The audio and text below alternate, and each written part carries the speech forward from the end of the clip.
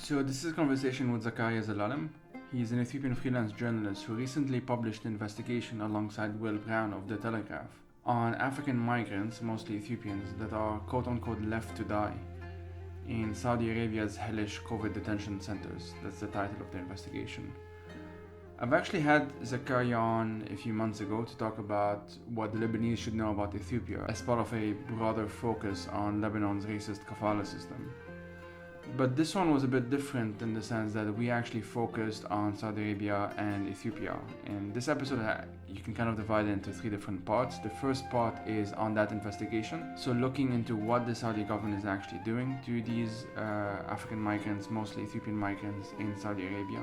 We are going to talk about pretty horrid things. But we also spoke about the protests that have been happening in Ethiopia, starting from a few months ago and ongoing to this day, against the government following the murder of a popular singer. So Zakaria obviously talked to us about this and explained to us the details and the context of the Ethiopian context as well as the Saudi context. And we squeezed in a bit of Lebanon in between those two conversations as well. I found Zakaria to be a very astute observer and a kind observer, I should say, as well. He actually goes out of his way to find the human stories that are often overlooked. And I know that this has sort of become a cliche to say, but I am really grateful for the sort of work that he does. So that's it from me. I hope you enjoyed this conversation and you find it informative. So as usual, you can follow the podcast on Twitter @FireTheseTimes. And if you like what I do, please support this project with only $1 a month on Patreon on buymeacoffee.com. And you can also do so directly on PayPal if you prefer. Patreon is for monthly, PayPal is for one-offs, and Buy Me a Coffee has both options. And if you cannot donate, you can still help by reviewing this podcast on Apple Podcasts or wherever you get your podcasts. Thank you.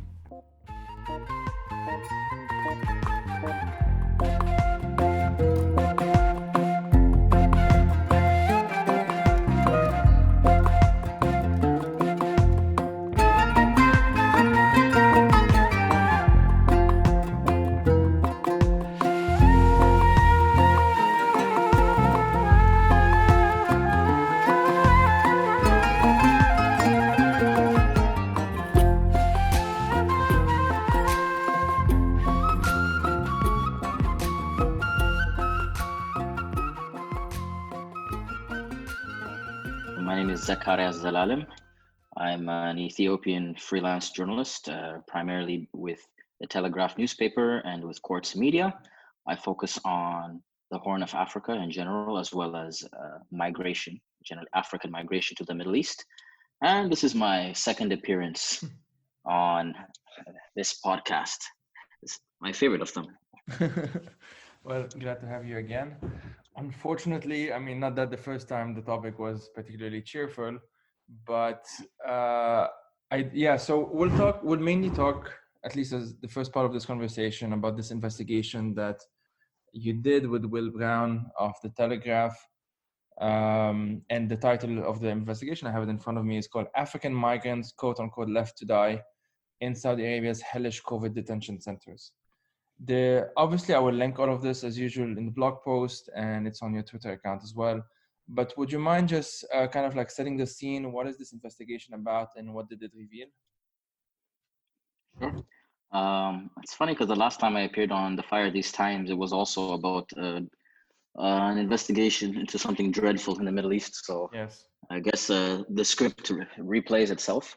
So yeah, unfortunately. So basically, it's the story starts with Saudi Arabia's attempt at containing the COVID-19 outbreak, and the widespread belief, unfortunately, amongst a considerable number of Saudis is that undocumented migrants are vectors, are primarily suspected of facilitating the spread of the disease. Yeah. So with this belief, Saudi security forces, starting from approximately March, cracked down heavily on undocumented migrants in the kingdom, and a large number of these migrants happen to be Ethiopians. So something like tens of thousands were rounded up within days, and they started the process of deporting them back to Ethiopia sometime in April. It was a mass deportation campaign. within 10 days, they had deported something like 3,000 people. It was global news at the time.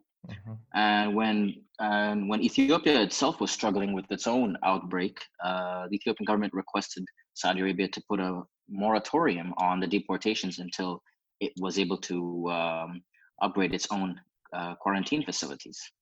So Saudi Arabia complied, and what it did then was basically send all the slated deportees to a series of detention centers for the migrants. So this would be approximately mid-April.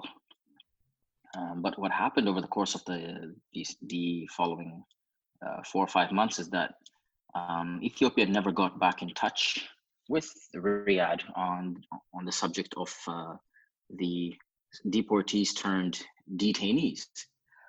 And with that, the detainees just were simply forgotten, left to rot at the detention centers.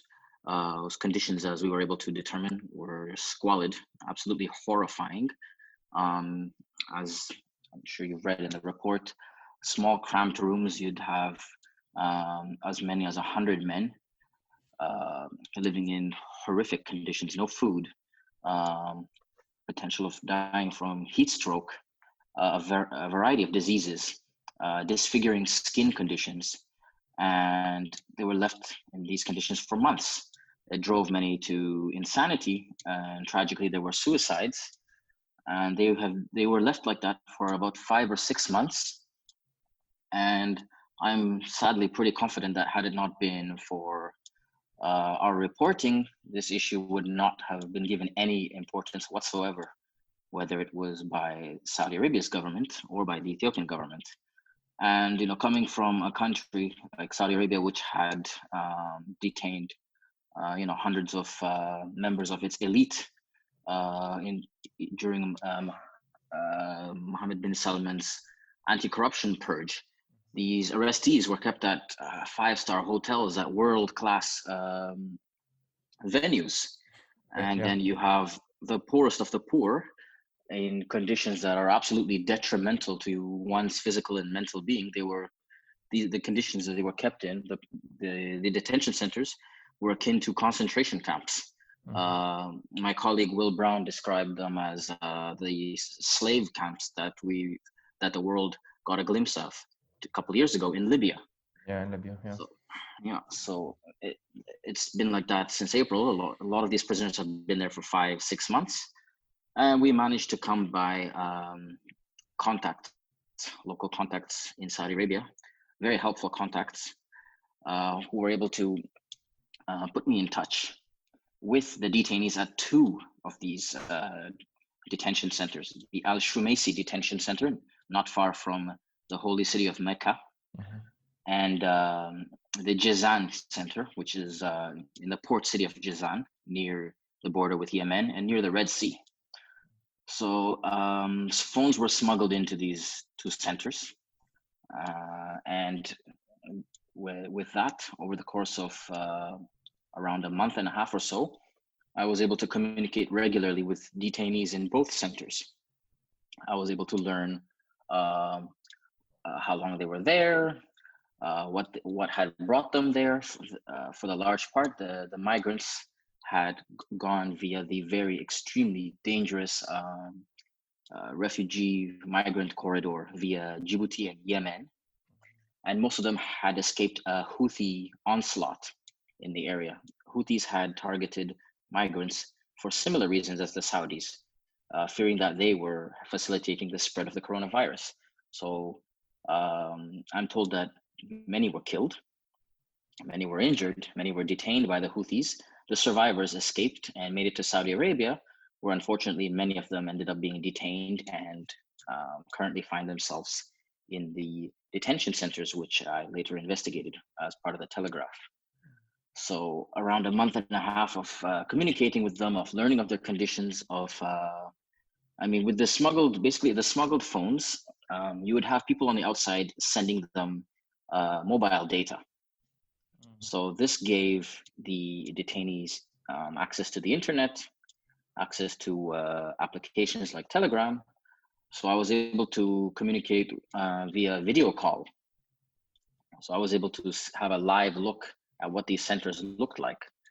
And I can, from the 5 or 6 years or so of journalism, I don't think anything will strike me as when I was communicating with detainees from the comfort of my home. These are detainees who were famished, who had various skin diseases, who had marks from whippings, beatings that they were subjected to by Saudi prison guards. I saw this live and with my own eyes, and it marked me. So the first part of our three-part series into this investigation was basically relaying to the rest of the world what it was that they were subjected to and the messages that they had for both the Saudi government and the Ethiopian government. Yeah, it really struck me in the piece. There is a quote by basically one of the persons talking to you, told you like, the gods mock us. They say your government doesn't care. What are we supposed to do with you?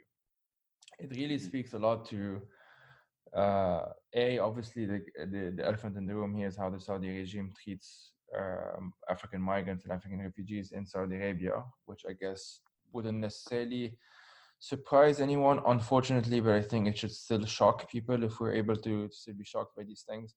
But what also another thing that you said, and it's not that relevant to the wider story necessarily, but it does strike me as well that even the Houthis, who are supposed to be the enemies of the Saudis, could actually agree with them on this thing. Namely the fact that they're both very racist, which is quite extraordinary. But yeah, I mean, it is very difficult. You mentioned there's the first of 3 parts. First, can I ask you, like, have the governments, the respective governments, in this case Saudi Arabia and the Ethiopian governments, have they actually said anything since you published? Yes, we included their quotes as part of a second subsequent piece. Okay. So we received an emailed response from the Saudi embassy in London, and they virtually concede that our findings were correct. They do not contest them. The Saudi embassy told us that the images were harrowing and, quote, against our culture and unacceptable in our country, and that the conditions in the mentioned prisons would be investigated, and if anything was deemed lacking, it would be addressed. That's what we were told. But at the same time, the Saudis also reiterated that they were more than willing to send these migrants back home. They were more than willing to cover the costs of the deportation, to send them back to Addis Ababa on a one-way flight, but that it was the Ethiopian government that had requested that they not do this. And it was the Ethiopian government that was, I guess, in the way they were trying to frame it, behind the continuous stay of these migrants in these Saudi detention centers. As for on the Ethiopian side, I was able to speak with a representative from Ethiopia's foreign ministry, and she told me that prior to the Telegraph report, the Ethiopian government was unaware of the suffering of its citizens in these detention centers, and that Ethiopia's embassy, or the embassy in Riyadh, and the consulate in Jeddah had not notified Ethiopian authorities of the ongoings in Jazan and Al-Shumaisi, something that I found extraordinary and to a degree unbelievable. I was very skeptical, as I often am when communicating with representatives of the Ethiopian government, but this was their official response. I found it very interesting that the Ethiopian government representatives that I communicated with refrained from outright criticizing Saudi authorities for their treatment of Ethiopian citizens. And of course, this could be, obviously, we're talking about Saudi Arabia, a country that's assisting to a considerable degree with Ethiopia's foreign currency shortage. I believe it was something like 4 or 5 months ago that the Saudis offered 150 million US dollars for business loans for small businesses in Ethiopia. And at the beginning of the current prime minister's tenure, it was Saudi's ally, uh, comrade, partner in arms, the United Arab Emirates, that had chipped in with $3 billion for Ethiopia's forex shortages. So with these in mind, obviously these are not, Riyadh isn't an ally that Ethiopia would want to clash with, but at the same time, to almost downplay our findings, to say this is something we haven't heard of, this to say that this is it was almost put very lightly. There was I could say she had to almost restrain herself from directly addressing the abuses. I had to raise the question 2 or 3 times in order to solicit a sort of response. And in the end, Tsiyon Teklu, the Ethiopian Foreign Ministry's state minister, said, we have no direct reaction to what we've seen. However, we will raise it with our Saudi counterparts, which, you know, is extremely mellowed down. So yeah, that's what we've been told thus far. And so as of now, there are no actual plans of repatriating them? No. So what happened is the Ethiopian Foreign Ministry, because the articles triggered backlash, international backlash, local media and a torrent of international media outlets followed up with subsequent reports. And when it became unavoidable, the Foreign Ministry held a presser on the issue 2 or 3 days ago. And they stated that they had planned on repatriating something like 2,000 Ethiopian migrants in Saudi Arabia, which, you know, in the eyes of those who aren't keen observers of Ethiopia's migration issue, it might be deemed solving the problem. But Ethiopians in Saudi Arabia number in the hundreds of thousands. Many of them have been there legally for decades. The 2,000, I mean, if they're not migrants from one of the 2 detention centers cited in our report, well, then the problem is not dealt with. The only way you can really resolve the issue now is if you announce to the world that there are measures being taken to either negotiate with Saudi Arabia and to ensure that the continuous abuses of detainees in these centers are halted. Otherwise, you hasten preparations for their return home. And I spoke with Ethiopia's Consul General to Jeddah, Mr. Abdu Yassin, and he confirmed to me that neither was in the works for the time being. So I found that rather unpleasant, and it left me with something of a sour taste in my mouth. And can you give us just maybe some numbers of what you know anyway, or how many people are we talking about in those 2 centers? And you mentioned that a significant percentage of them are Ethiopians. Is it a majority? And where are the others from? I mean, I could say it's almost the entirety. There are several, from what the migrants have told me, there are several Eritreans, Right. Eritrea is a neighboring country, which shares, which until 1991 was part of Ethiopia. And there are several Somali migrants as well, but for the large part, these are Ethiopians. It's Ethiopians that form the bulk of the migrant worker community in Saudi Arabia. It's almost similar to the situation in Lebanon. So they're almost entire. This is more or less an Ethiopian issue. We just used the term African because we did not want to perpetuate erasure considering the fact that there are migrants of other nationalities in those prisons, but they are almost entirely Ethiopians. I communicated with almost all of them in the Amharic language. With regards to the question on numbers, I wasn't able to determine exactly how many were there. I mean, I was able to geolocate the prison sites with the prisoners sending me their locations on the encrypted Telegram app. So from what I was able to see, for instance, the Al Shumaisi detention center, On Google Maps, there's something like 8 or 9 of these large prison cells. The detainees I spoke to were in one, and they told me that they were something like 80 or 90 in the one cell.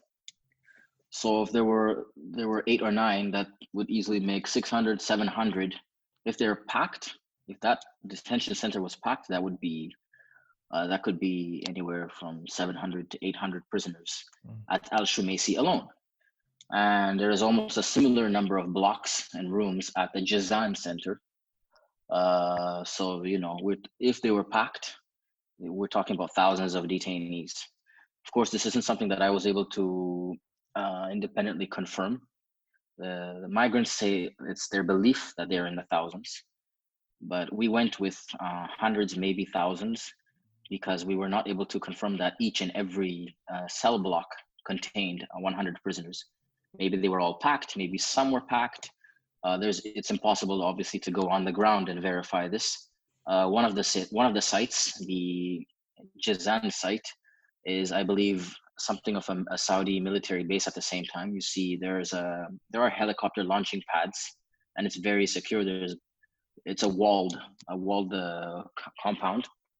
So I believe it's some sort of military site at the same time. So it would be impossible to corroborate via Saudi authorities, the nature of these sites, the holding capacity of these sites.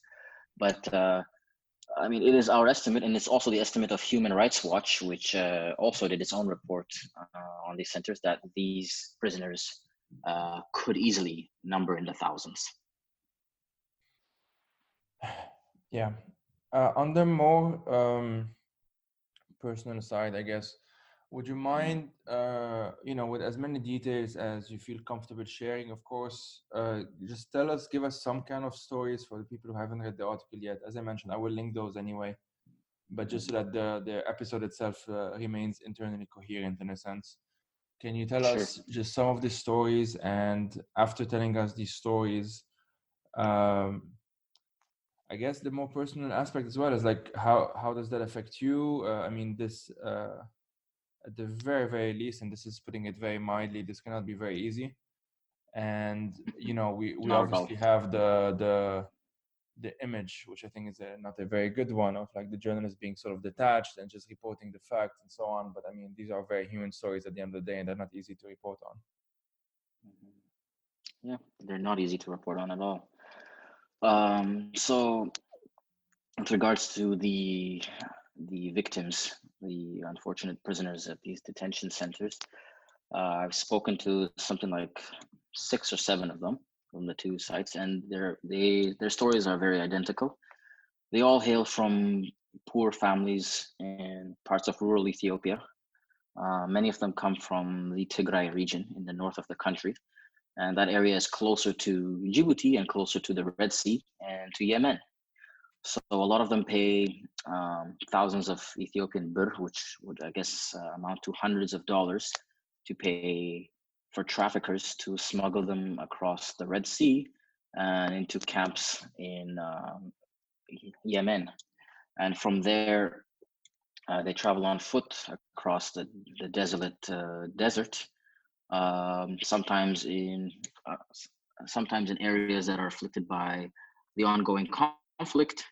So you have a war zone, and you also have the fact that this area is breeding ground for organ traffickers, migrant traffickers, people just out to make a quick buck, out to ransom you. It's an extremely dangerous and extremely deadly migrant route. Thousands of Ethiopians go through it every year. And even if you survive Yemen, you can be shot at the border with Saudi Arabia. Saudi Arabian border guards are infamous for their indiscriminate gunning down of migrants. It's something that's been well documented. So these detainees are, in all aspects, they're survivors and heroes just for making it that far. So many of them shared with me stories of their comrades and friends being shot in the desert, somewhere in the Yemeni desert, whether it's closer to Djibouti or near the Saudi border, and by either the Houthis or by Saudi security personnel. So the impact, like the stories that they share, like I guess Homer said it, the journey is the thing. Their journeys were just absolutely horrendous, even prior to being detained by the Saudi border guards. Upon arrival in Saudi Arabia, I mean, these men, all they did was head out in search of work. They come from, a lot of them were farmers. They grew up in farming communities. Some of them were shepherds. Others worked in extremely low-paying jobs.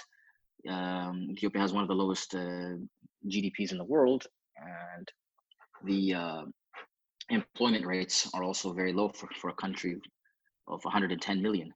So as the government is not addressing that critical issue, numbers of Ethiopian youths who flee the country for the Middle East will always grow. And this has been a problem ongoing for a decade or so. So these young men are just a product of Ethiopia's societal failures. And unfortunately, the Saudi government's primary tool with dealing with them is to very violently arrest them. And oftentimes they are deported after a week. So these detainees, they tell me that they expected their stay in prison to be very brief. For the most part, they were very heartbroken to have gone all that way, to have spent thousands of Ethiopian birr, to risk being shot at both in Yemen and in Saudi Arabia, only to be detained and then deported a week later. I mean, and to have gone through all that, to have witnessed the deaths of friends just to make it back home empty-handed, it's crushing. Obviously, that's how many of them described it. But 5 months in these detention centers, right now, most of them are reaching the point of mental breakdown. Many have. There were suicides in there. I unfortunately was given very disturbing video footage of what appeared to be the final moments of a young man who had hanged himself, and I needed to watch it to corroborate certain accounts. And I was able to confirm, and I can confirm that there have been deaths from youths who have just grown disillusioned by the journey, by the loss, and by the hopelessness that's instilled within you after 5 months in a virtual concentration camp.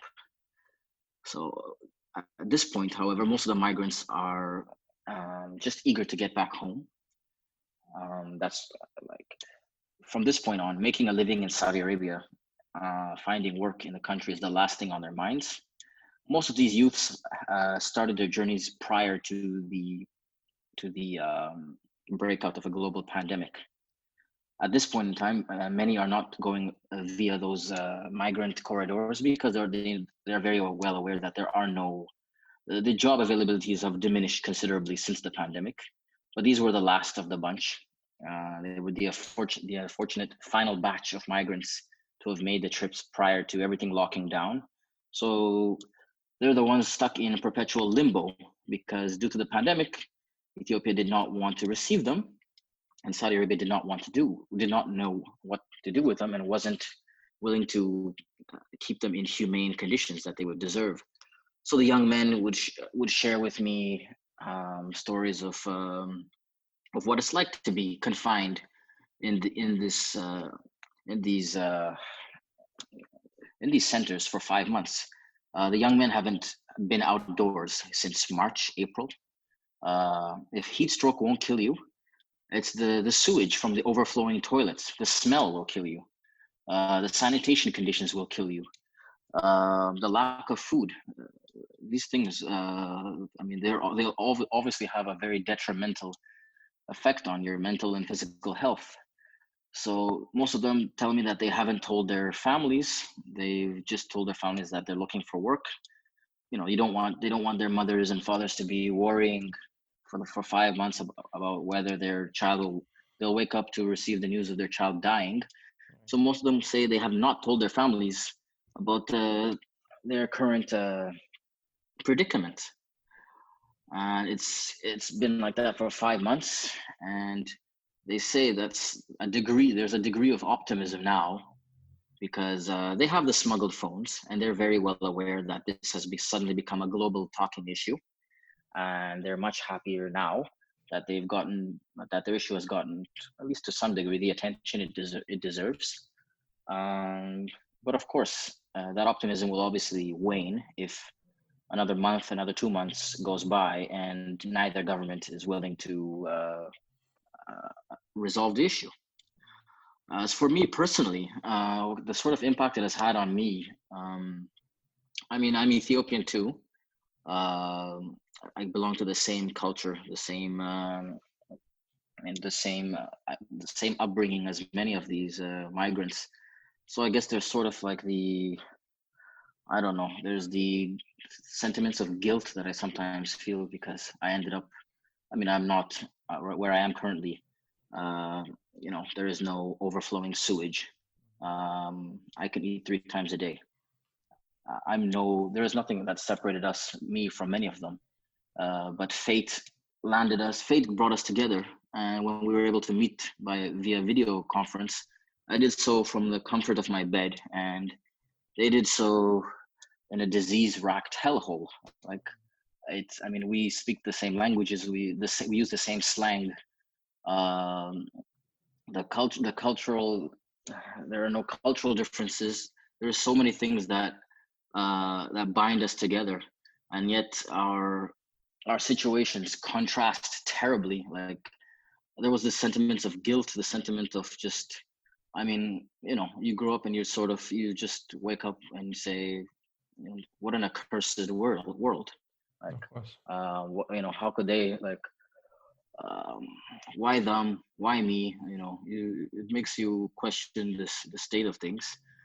And at the end, the good thing is it did spurred me on to do what I could with my colleague Will Brown to make sure that their story was delivered to global audiences in the best way we could.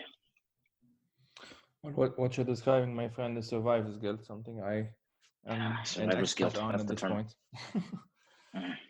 Oh. Well, as someone who's been on the receiving end of some of the Saudi, pro MBS, I should say, Saudi trolls, Yeah. I do know that it's pretty much the only thing that they really are worried about whenever there's this kind of international pressure. The Saudi government is actually, as we know, obviously from the Jamal Khashoggi debacle, they tend to be put on the spot quite often because they don't actually plan for it. They don't actually prepare for it. They don't expect that these things actually come out.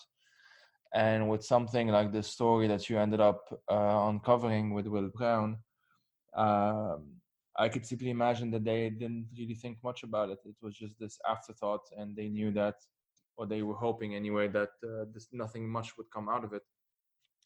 But this is on the Saudi side, so I guess we can hope, if that's the correct word, that this sort of international pressure that we're seeing right now, would continue, because unfortunately the attention span of the world tends to be very short nowadays. But hopefully we can continue to put more on this, and this episode obviously is a small contribution to that. But the other thing, so this would be on the Saudi side, but on the Ethiopian side is something that I feel many people, if not most people listening to this, if listeners have listened to the last episode we did, which I think I titled "What the Lebanese Should Know About Ethiopia" or something, they might get some background info there. But let's consider this the second part of the episode in some ways, not that there's any strict delineation, of getting a bit more into the Ethiopian government. What is its deal? Why is it that difficult sometimes? I can not sometimes, quite frequently, when it comes to migrants abroad, to get them to actually do anything. And of course, I'm referring here to the Lebanese case as well, so we can get into this a bit as well. And yes, let's just get a bit more into this, and we'll sort of, maybe third section of this episode will be on the actual protests that have been happening in Ethiopia recently as well, if that's okay. Sure. I mean, with regards to the issues of Ethiopian migrants in the Middle East, I mean, Ethiopia still is one of the poorest countries in the world. Ethiopia has not done anything to bridge the gap between its wealthy elite and the poorest, the majority, the masses, and the bottom ranges of society. And as such, unfortunately, there will always be masses of Ethiopian youths who feel they have no alternative but to flock towards Yemen, Libya, for women as domestic workers in Lebanon or Saudi Arabia. And as such, Ethiopia, you would think decades on, Ethiopia should have diplomatic missions instructed with dealing with the endless issues, the endless woes faced by these migrants in their host countries. But something like 20, 30 years on since Ethiopians started flocking towards the Middle East, you still see Ethiopian consular missions, Ethiopian diplomatic institutions abroad, very lacking in their approach to the suffering of their citizens in the Middle East in particular. I mean, we've dwelt a lot on the Ethiopian government's failures in Lebanon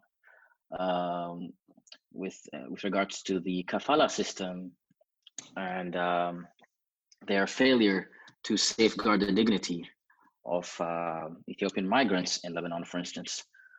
In Saudi Arabia, you would have expected things to be a degree better because we're talking about Saudi Arabia and Ethiopia. These are two countries who generally share very, very warm ties and diplomatic relations, unlike Ethiopia and Lebanon. Especially the current prime minister, I think Saudi Arabia and the United Arab Emirates might be the countries where he's made the most state visits since 2018. He's a frequent visitor. He has a frequent presence in Riyadh and Abu Dhabi, and this is why we assume that hashing out a deal, which would, even if it wouldn't abolish the kafala system right away, it would at the very least ensure a degree of accountability, a degree of at the very least ensure that Ethiopians would have avenues to go to protect their dignity, to protect their rights in the kingdom. The warm ties should have by now assured this.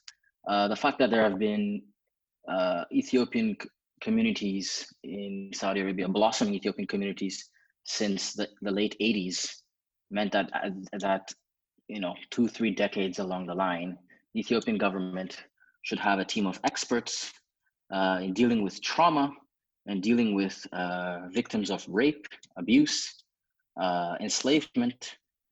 There are many competent professionals that should be deployed there.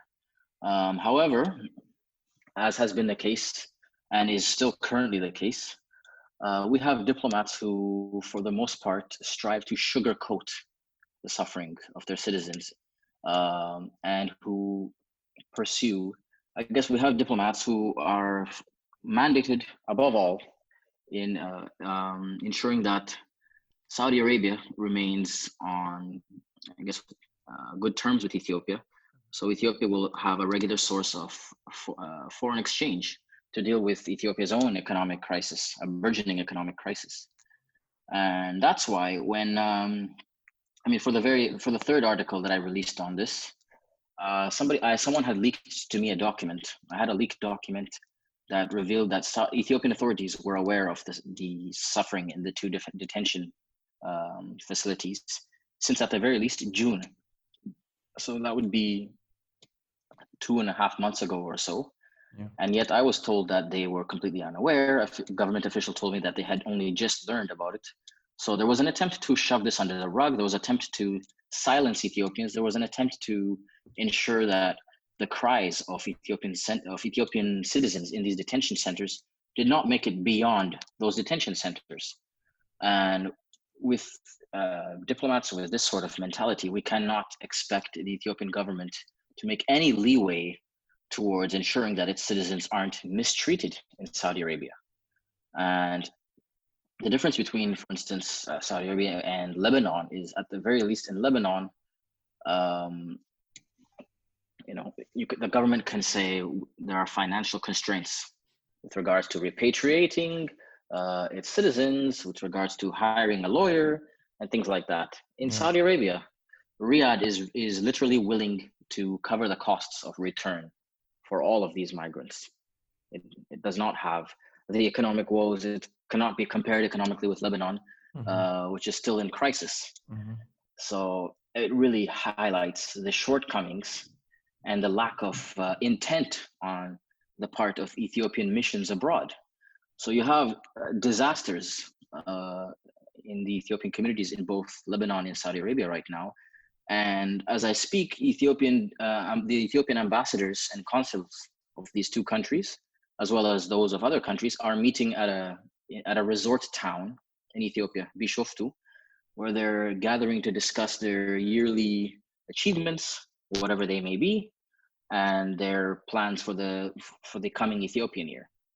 I mean, we're in crisis mode, and they're at a resort town. I think this in itself is very reflective of just how little importance is given to the endless issues and the endless challenges being faced by Ethiopian migrants in the Middle East, and in particular right now, Lebanon and Saudi Arabia.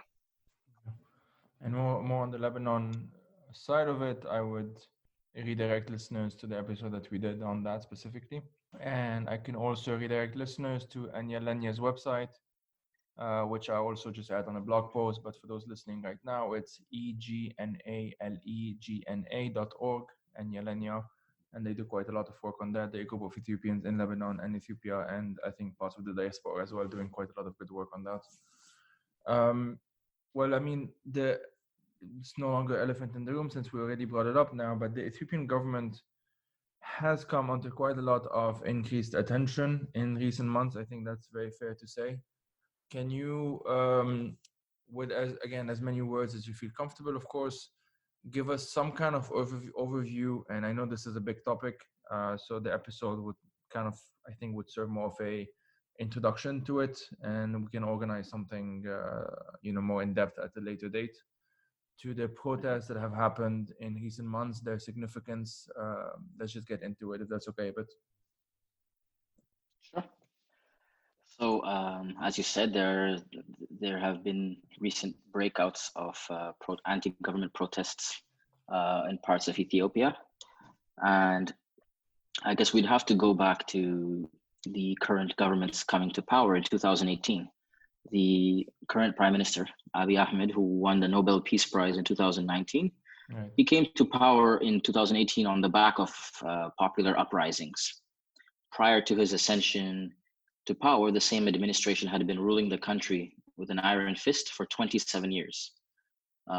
So eventually, when Ethiopians said enough is enough, uprisings starting in 2015 and really intensifying in 2016, forced the resignation of the previous prime minister and brought the current leadership to the throne. So obviously Ethiopians right now have a far thinner tolerance for authoritarianism because we grew up in it. We spent decades in a country that had no free press, in a country where journalists and outspoken activists would be rounded up for being critical voices in the country. So when the current leadership started to deviate away from the path of reform that it had been championed for, well, immediately citizens in the country started to express their frustration in various ways via the media, via social media, and in what were initially smaller protests. The other thing is, with this new administration, a lot of people had demanded that that much needed dialogue amongst the different ethnic groups, that the different political parties in the country, something that had been censored, something that had been avoided for decades. A lot of Ethiopians demanded that these be carried out under the current leadership, and the government has refrained from doing so, and this just led to gradually brewing. And in particular among the Oromo, one of the largest, the largest ethnic group in Ethiopia, the resent was even greater because this is one of the marginalized, the traditionally marginalized groups in the country. And then things really took a turn for the worse on June 29th when a popular musician, Hachalu Hundessa, who was also a rights activist for the Oromo, was assassinated in Addis Ababa. When that happened, the popular outrage boiled over, protests intensified, and it led to riots and killings, tragic, horrific killings in some parts of the country as well. But what is unavoidable since that murder, since June 29th, is that a considerable amount of Ethiopians have had it with the current government and with its refusal to address long festering wounds and long neglected issues that the previous administration had also left unaddressed. And this has led to protests primarily amongst the traditionally oppressed ethnic groups. The Oromo is the largest of the oppressed ethnic groups, and thus a lot of the protests are focused in the Oromia region, and there are protests elsewhere in the country. So we've sort of drifted away from championing a leader who had been applauded globally for his attempts at fostering reconciliation and at opening up the media space.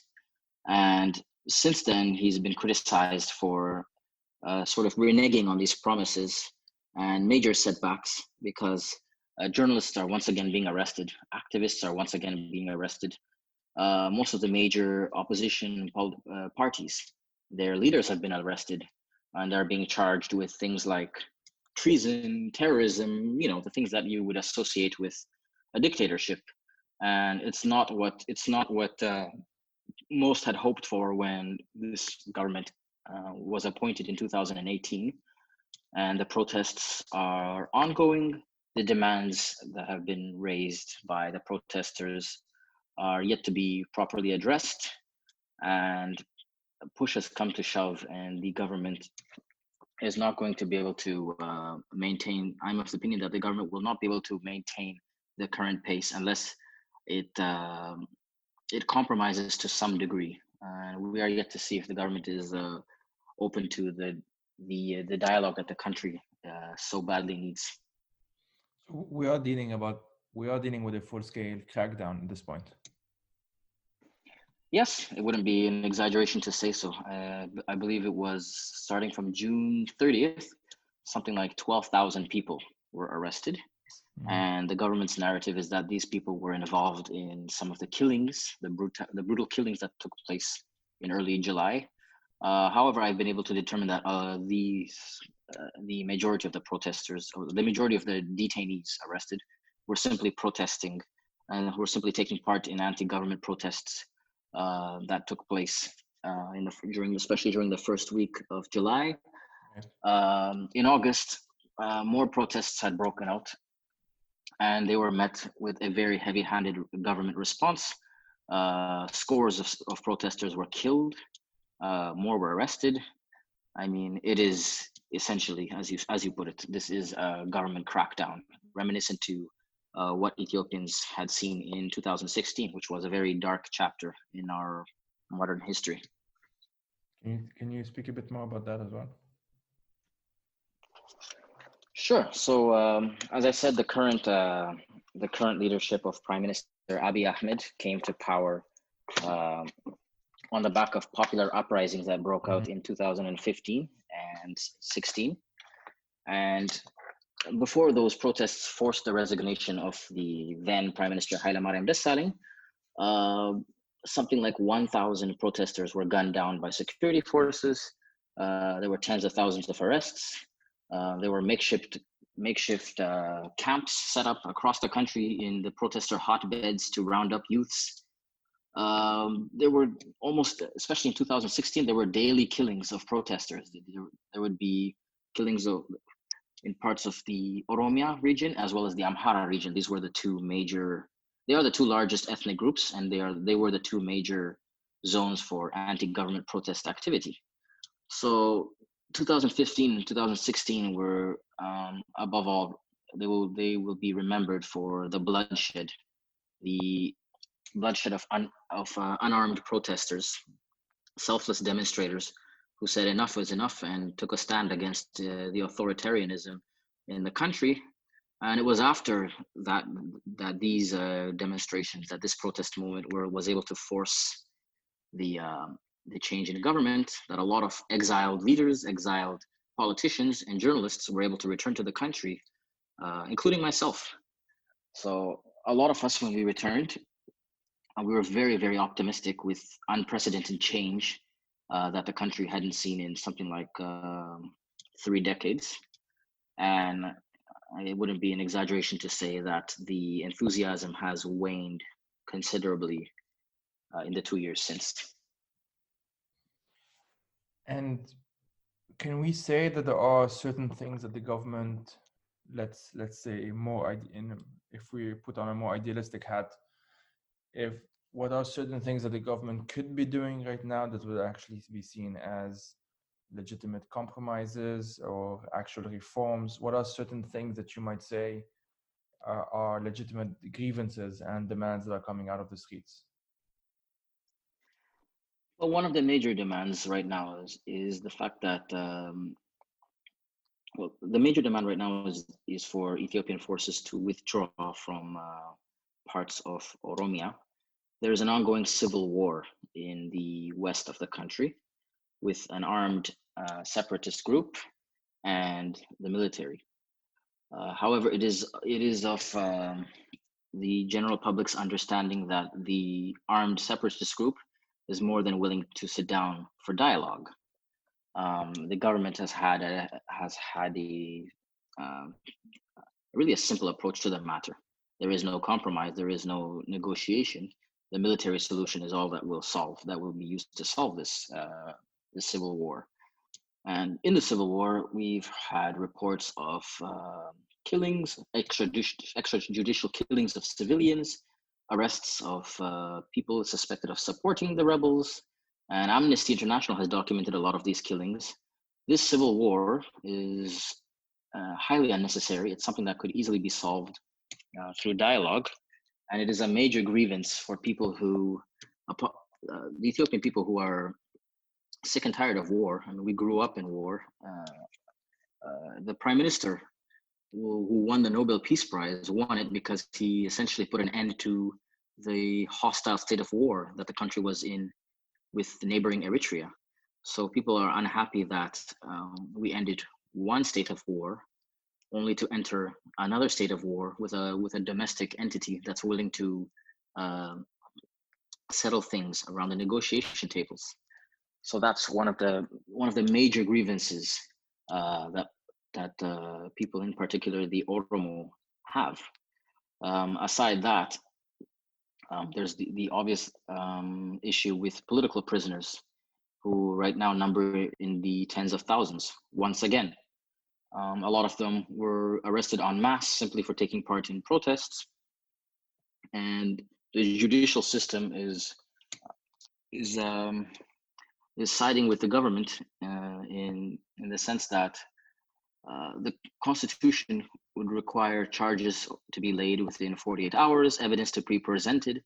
There have been countless cases in recent months of detainees, renowned government critics, spending weeks, sometimes months, without charges, without evidence being presented against them.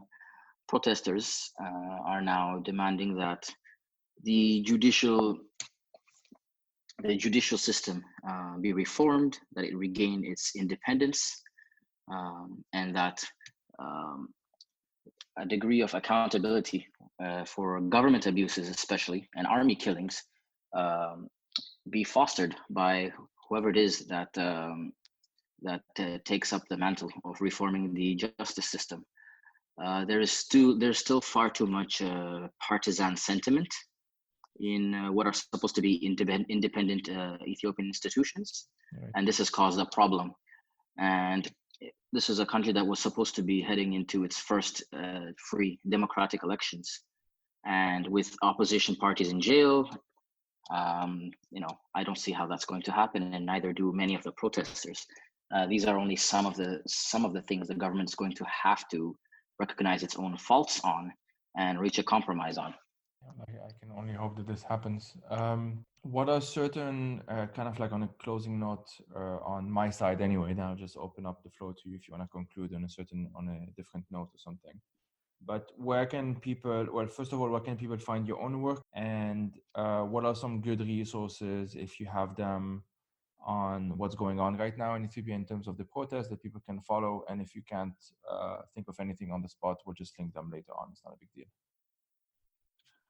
Sure. So personally, I freelance just about everywhere. I'm primarily freelancing for the Telegraph, but I also write with South African outlet Mail and Guardian and Quartz News, where I do try to address these issues from time to time. Also CNN sometimes. As for there are plenty of local platforms that would offer a much more nuanced take, especially for those who are only just starting to become to follow up on what it is that's going on in Ethiopia. I do recommend Adi Standard, which I used to write for, as well as Ethiopia Insight. These are two local platforms who have not lost their editorial independence, and their reporting has been pretty stellar, at least at least up to this moment. And they're one of the very few English language portals in the country. So I would strongly recommend those two.